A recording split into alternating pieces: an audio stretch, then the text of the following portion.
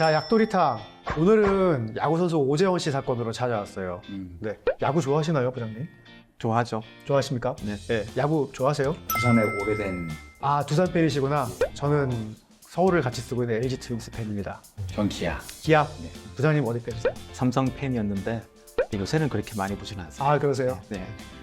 저희가 야구 국가대표로 단합하고 이제 그럴 때 안 싸우고는 하는데 사실 국가대표 출신 이루수 오재원 씨 사건 참 지금 가슴 아픈 사건입니다.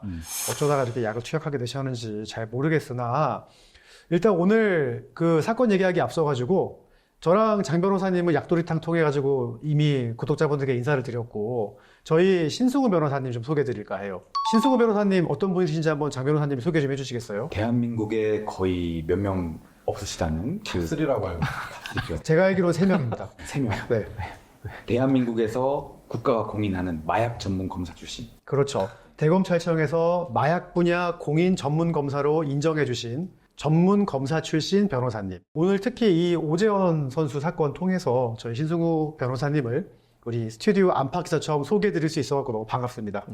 박사부지가 네. 이 오재원 선수 사건. 유명 안 하나요?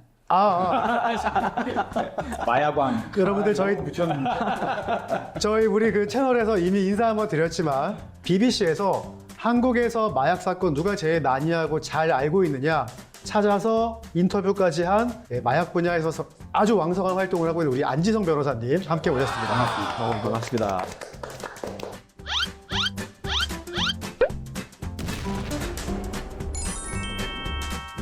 그 오재원 선수 사건에 대해서 아직 많이 모르시는 분들도 계세요. 우리 저기 안지성 변호사님이 한번 짧게 사건 개요 좀 설명해 주시겠어요? 일단은 이 사건은 좀 특이한 게 소화전을 통해서 됐다는 게 좀 특이한 것 같아요. 소화전? 네, 소환과 경비 아저씨. 소화전에 이 오재원 선수가 안경통을 숨겨놨어요. 거기에 이제 주사기, 우리가 짝대기라고 하는 주사기랑 필로폰 숨겨놨는데 이게 누구 건지 모르는 거죠, 그 당시에는. 아, 경비 아저씨가 발견을 했는데. 발견하고 신고는까지는 했는데 누구 건지 몰랐는데 알고 봤더니 이게 오재원 선수 거였다. 그리고 이게 사실 사건에 그래서 중요한 단서가 되죠.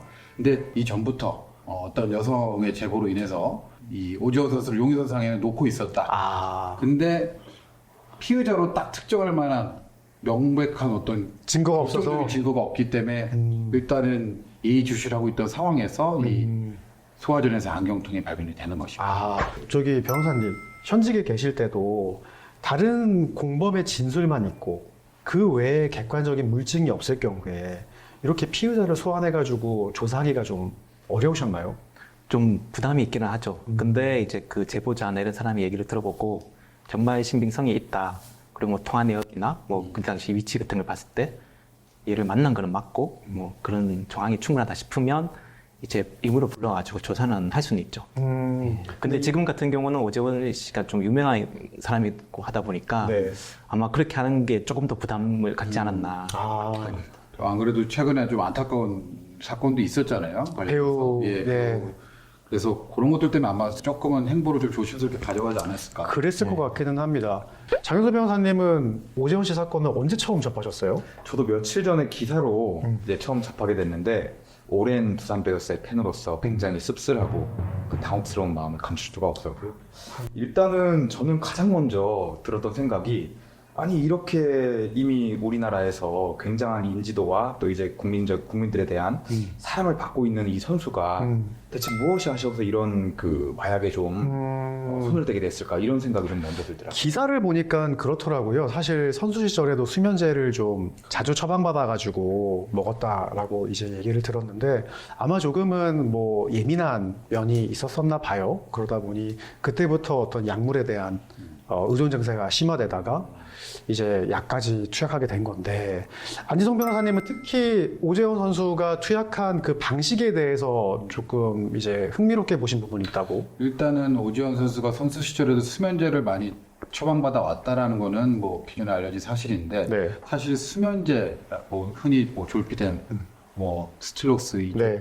수면제라고 하는 것과 이 필로폰은 사실 기저가 완전 다르거든요. 그렇죠. 다르죠. 필로폰은 어떻게 보면 조금 흥분시키는 거고 각성시키는 거고요. 수면제는 좀 로우한 건데 네. 조금 달라서 왜 글로 이제 갔을까? 많이들 사실 수면제로 입문용 향정으로 생각을 하지만 거기까지 가는 데는 몇 단계를 거친단 말이죠. 그렇죠. 그래서 그 단계가 앞으로 수사 과정에서 좀 더 밝혀지지 않을까 그런 생각이 들고요. 더구나 이제 필로폰이라고 하는 것 투약 방법에는 여러 가지가 있습니다. 그렇죠. 이제 제일 이제 처음에 입문자들이 하는 것은 뭐 음료수나 맥주나 이런 경구 것들, 투약. 가루를 타서 먹는 네. 경구 투약의 방법. 근데 경구 투약은 체내에 소화되는 과정에서 많이 빠져나가다 보니까 사실 효과가 좀 낮고요. 그래서 다음에 선호하는 방식이 증기, 프리베이스를 통해서 이제 그렇죠. 프리베이스라고 물담배식으로 증기를 통한 이제 투약을 하게 되는데 거기서 더 나아가는 게 사실은 이른바 짝대기라고 불리는 정맥 주사 방식인데 아니, 영화에서 항상 묘사되는 게 여기 막 주사 바늘에 엄청 꽂혀 있고 고무줄로 땡겨 막 그렇게 너무 좀 추하잖아요. 모습이. 난 거기까지 가기 싫다. 그래서 내가 여기까지는 난 이 정도는 아니다. 라는 게 마지노선이 이제 프리베이스. 그렇죠. 사실 약하시는 분들도 무시하는 게 이제 그 소위 짝대기 꽂으시는 그렇죠. 분들이라고 저도 알고 있어요. 더구나 연예인이 유명인인데 이게 흔적이 남을 수 있는 짝대기 방법을 썼다라는 게 조금 충격적이에요. 그 이 사건 이 기사를 보다 보니까 또 그런 게 있더라고요. 이 오재원 씨와 같이 필로폰을 투약했던 오재원 씨의 여사친이 자기가 이렇게 자꾸 오재원 씨랑 필로폰을 투약하다가 내 인생이 너무 망가지겠다 싶어서 자수를 하고 싶다고 이야기하니까 이제 오재원 씨가 너 자수하면 안 된다. 다 같이 죽는 거다. 라고 하면서 자신과의 대화가 남아있는 그 여성분의 핸드폰을 망치로 부셔가지고 이제 재물손괴를 했고 여성분을 폭행도 하고 이제 이러다가 사건이 불거졌거든요. 그거 보면서 만약에 오재원 씨가 거기서 자수를 했으면 지금 이렇게 구속이 돼가지고 조사를 받고 있는 이 상황과 어떤 부분이 좀 달라졌을까요? 아마 구속은 피할 수 있지 않았나 싶거든요. 어쨌든 구속을 피할 수 있었다. 자수를 했고, 그리고 오재원 씨가 아마 이전에 뭐 기소유예 전과가 있긴 하지만 필로폰 관련해서는 퇴학이 이게 처음인 것 같은데 네. 구속이 된 이유는 최근에 이제 마약 사범에 대한 이제 처벌 수위가 높아진 것도 있겠지만 자수를 하겠다고 했던 그 여사친을 이제 뭐 협박하고 핸드폰을 부수고 이런 것들이 되게 좀 안 좋게 보이지 않았나. 그래서, 증거인멸 혐의. 예, 그래서 구속까지 간 게 아닌가 싶습니다. 오재원 선수에 대한 그러면 우리 많은 분들이 궁금해하시는 형량을 한번 각자 송지술로 올 텐데. 네, 어떻게 한번 예측하시는지. 회장님. 부장님께서는 오재원 선수 형량 어느 정도 나올 거라고 생각하세요? 지금 구속이 됐으니까 기본적으로는 뭐 실형이 나오지 않을까 싶긴 한데 이제 이분이 다 인정을 하고 그다음 필로폰을 어떻게 구했는지도 얘기를 하고 뭐 이 여자와의 폭행도 뭐 합의가 되고 뭐 이렇게 하면 집행유예도 뭐 전혀 불가능한 거는 아니지 않나 싶은 생각이 좀 드네요. 장 변호사님 어떻게 예상하세요? 제가 보기에는 굉장히 조심스러운 추측이기는 하지만 이재명의 입이 나왔으니까 따르고 얘기하죠. 네, 제 생각에는 이제 필로폰의 투약 횟수가 매우 많고 제가 보기엔 수사 과정에서 그 투약 횟수는 증가하면 증가했지 여기서 뭔가 참작이 되는 경우보다는 그 가능성이 훨씬 높을 것 같아요. 여죄가 어디까지 들어야에 따라 가지고 형량이 네. 달라질 것이다. 그렇죠.